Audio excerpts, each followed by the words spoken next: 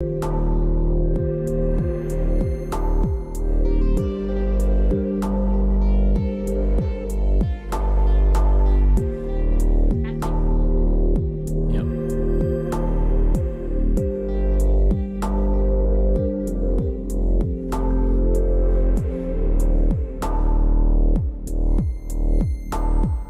just FYI.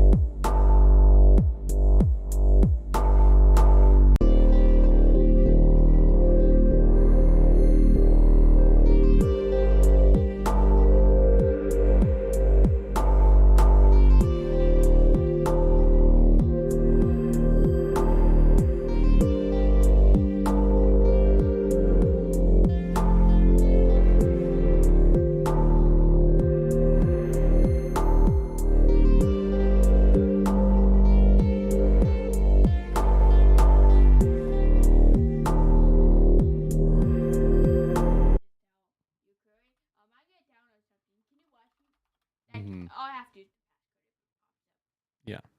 as I'm not trying to Like I said, I'm you not trying to be mean, but I'm not Jason where remember that time when he was when we were playing Switch New Scene Cheetos. I'm not like that. Well, sometimes I am, but not like that. I'm not trying to be mean. no, we're not blaming anyone. It's just a new Yeah, thing that has to be. I'm just saying Yeah. the Holy Spirit. All right, you ready for some Holy Spirit?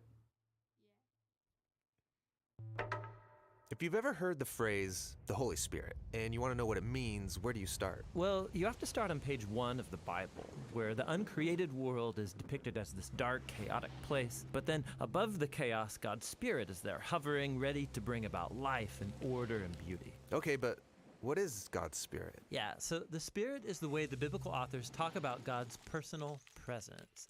The Hebrew word is ruach. Ruach. Yeah, you gotta clear your throat at the end. So what is it? Well, ruach can refer to a number of different things, but what they all have in common is energy. Energy, how so? So there's an invisible energy that makes the clouds move or the tree branches sway.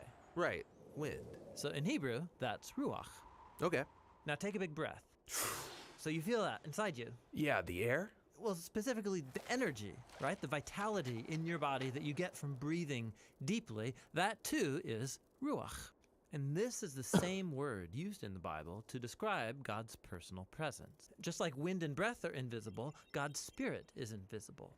Wind is powerful, and so God's Spirit is powerful. And just as breath keeps us alive, so God's Spirit sustains all of life. Yeah, ruach.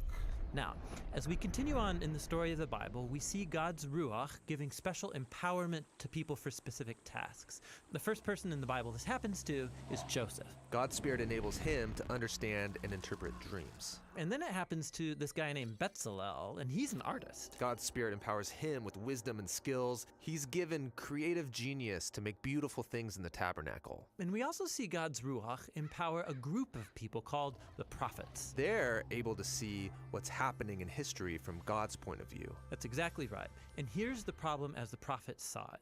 While God's Ruach had created a really good world, humans have given in to evil. They've unleashed chaos into it through their injustice. A new type of disorder. Yes, and the prophet said the Spirit would come, just like in Genesis 1, but now to transform the human heart, to empower people to truly love God and others. How will this new act of God's Spirit happen? Well, centuries pass, and we are introduced to Jesus.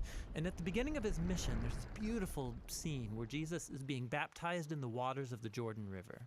Yeah, the sky opens up and God's Spirit comes and rests on him like a bird. This story is saying that God's Spirit is empowering Jesus to begin the new creation.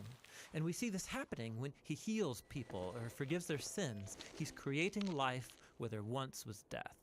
Now, Israel's religious leaders oppose Jesus, and they eventually have him killed. But even here, God's Spirit is at work. The earliest disciples of Jesus, who saw him alive from the dead, said it was God's energizing Spirit that raised Jesus. This is the beginning of new creation. Yes, and it's still going. When Jesus appeared to his closest followers, he breathed on them and said, "Receive the Holy Spirit." And soon after that, the Spirit powerfully comes on all of his disciples. So that they can become a part of this new creation. and share the good news and learn how to live by the energy and influence of God's Spirit. And so, today, the Spirit is still hovering in dark places. Yes, pointing people to Jesus, transforming and